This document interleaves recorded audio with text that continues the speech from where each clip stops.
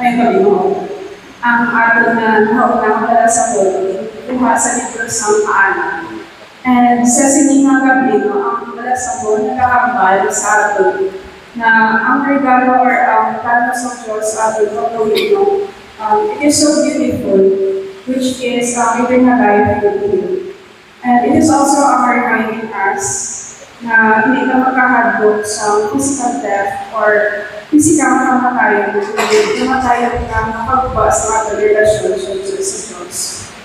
So, also in balasahon, the side we are ontologically dead, and it is because of our sins. So, the question how can we be free from our sins? So, it is also the sacraments na makaluwa sa ating mga masala, and also through conversion, also is our freedom of choice na sa pag-iya sa ating mga masala. Ganit ang pamagyan ka mahaunang nasa. Pagbasa natin sa libro sa Paalam ni Solomon. Wala inugas ang Diyos ang kamatayan. Pag wala siya, nagagalipay sa kamatayon, isang magkakabuhi. Ginuhat niya ang tanan agud magpadayon sa pagkakabuhi. Pag ang tanan ay iuga, maayo. Pag sa maayo, makintang. Wala sing makamamatay na bilog sa ilang. Ang kamatayon, wala na nagagawin sa may kalimutan. Kaya katanungan sa Diyos, wala na kamatay. Sa pagtugas sa Diyos sa ato, wala niya tuyo ang kapatay kita. Kaya gintugan niya kita, kasubok sa iya. Ang kaimong sa miyawa, ang mong nagdala sa kamatayon sa kalimutan.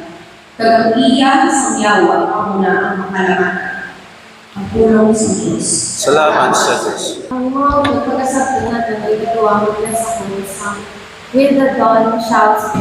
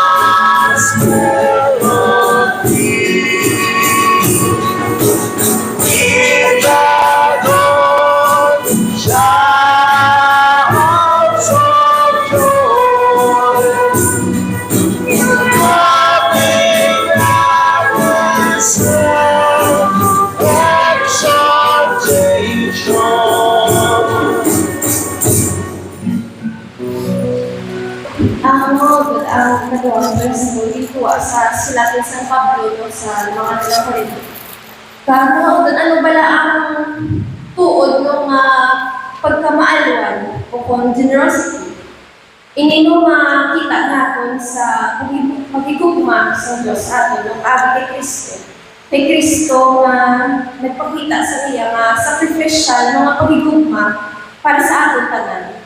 Ganit sa ilang nablas mo mga utod, pinatudaan kita nga mangin kaangay mo sa Kristo. Kung ang Diyos mismo gani maaluan, dapat kita man mo nga mga tao lamang.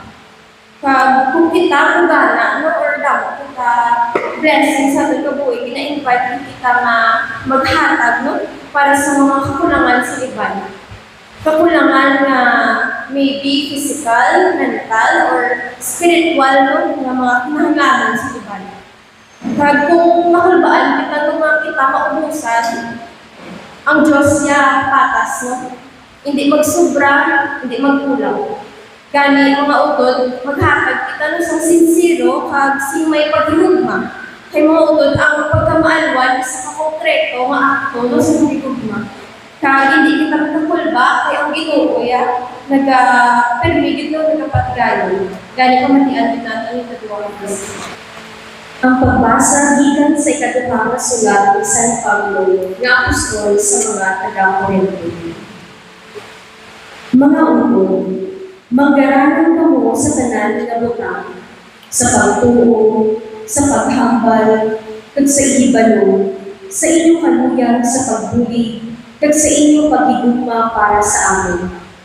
Gani, luyan namon nga kamo mamaalwanhan sa sining mahigugmaon nga pag-alagad.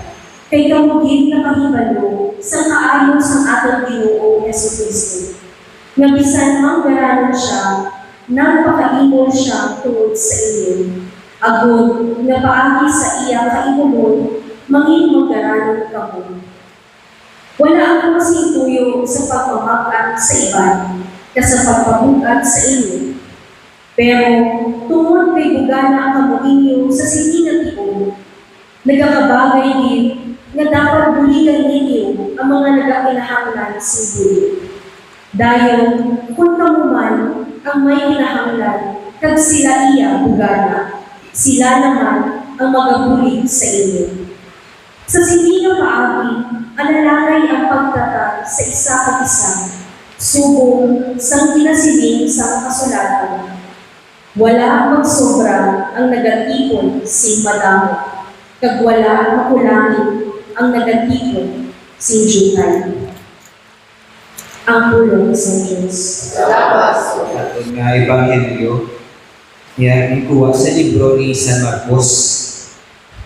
Kung sa diin, may duwa ka tao ginpulong ang Ginoo.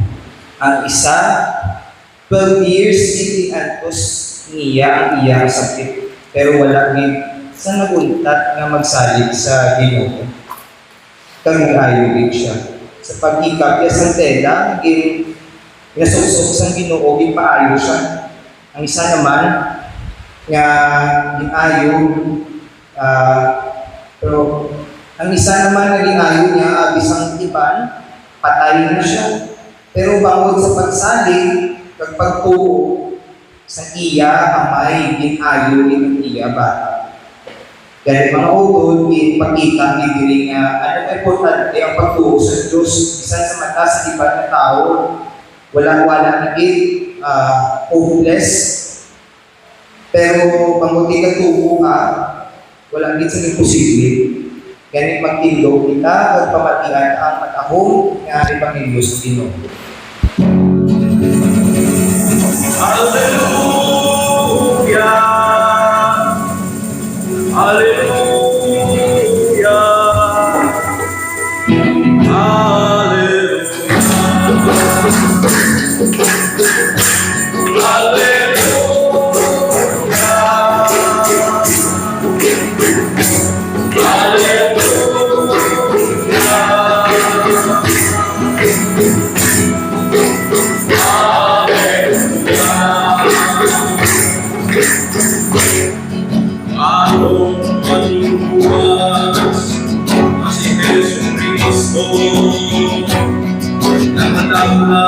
sa ngayon at ipapayag niya ang abuhin bahagi sa mayong balita.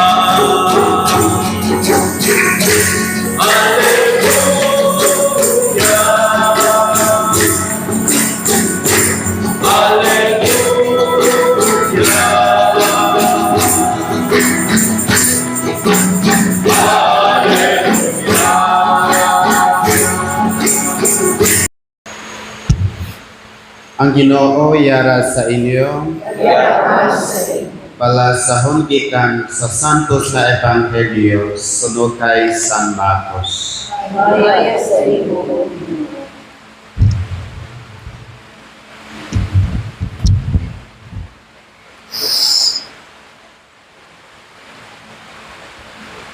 Si Jesus nagtabok liwat sa tiyak sang linaw dito sa higat sang linaw.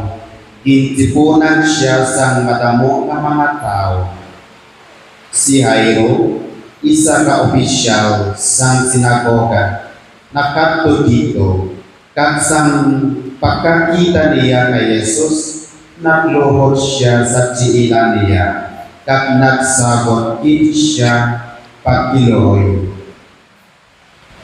Ang aking anak nga talagita nagay mo mungto kadto iman siya palihok kag tanduga siya sa imo mga kamot agud magaayo siya kag mabuhi. Dayon si Jesus nakupot sa iya, madamo gid nga mga tao ang nagsulod sa kay Jesus sa bagay nga nagay ginutok sila sa palibot niya. May isa ka babae dito nga tamagin ang iya pag-antos tungod sang pagpangwa sang dugo sa iya nga wala magpuntat sa sulod sang 12 ka tuig. Wala sa payon nga ginpulong siya sang madamo nga mga manupulong. Naurot na niya gasto ang iya kwarta sa pagpapulong. Pero sa paylong nga makayo siya naglain. Nakapatid siya na hanungod kay Jesus, ganit panagilot siya sa tunga sang madamo nga mga tao sa likod ngayon ni Jesus. Sinindiya sa iya kaugalingon, kung matandog ko bisan lang ang iya payo, magaayo ako. Gintandog niya ang payo ni Jesus. Kagilayon, nagtugon ang iya tubo. Kag iya nabatsyagan nga nag-ayo na siya sa iya balatian. Sa gilayon, nabatsyagan ni Jesus nga may kahel nga nagwa sa iya. Galing nagpalitin siya kag nagsiling, sino ang nagtandog sa aking payo? Ang iya mga gitutunan nagsabat, pagkita mo nagit nga nagagiluto ang mga tao sa palibot mo nga nagapamangkot ka pa kung sino ang nagtandog sa imo, pero nagpang-hulong si Jesus sa pagtanaw kung sino ang nagkimot santo. Ang babae nakatalupangod sang nahaapo sa iya. Ganit nagpalapit siya nga nagakurong sa kahaglan. Kang nagluhod sa tiilan ni Jesus, kang nagsugit sa iya sa bukos nga kamatuoran. Si Jesus nagsilid sa iya, Anak ko, ang imo pagtuo nakayo sa imo. Lakad ka sa pagkidani, kag magaayo ka sa imo balansihan. Sang nagahambal sini ni Jesus, may nakabot nga mga sinugo halin sa balay ni Jairo. Kag nagsiling sa iya, napatay na ang imo anak nga babae. Nga ang pabudlayan mo ang manunodlo. Si Jesus wa ay nagsapat sa ila insiling. Kundi nagsiling siya kay Jairo, hindi ka magkahalag, kundi magtuo ka lang.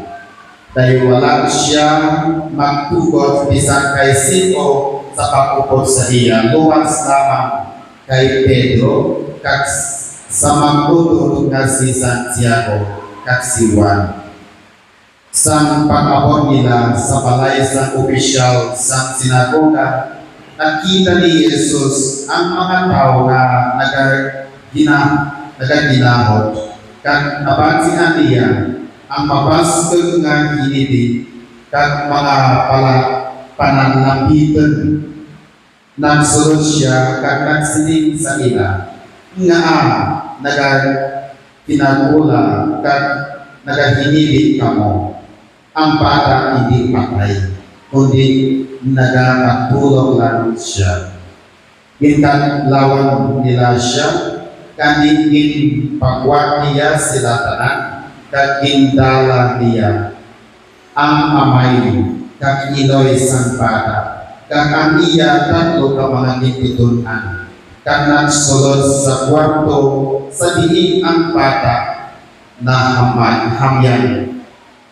Ginuyakan niya sa kamot ang bata, kag nagsiling sa iya, Talita ko, nga kung sa'yo, inday, nagasiling ako sa imo, bangon ka. Sa gilayon, nagbangon siya, kag naglakad-lakad. Nagakulang na siya singto si katuig. Sang mahanabo ini at sinalagit sila, pero ginpaandaman gid sila ni Jesus na hindi magpanugid bisan kay siko, kag nagsiling siya pagkanta ninyo siya.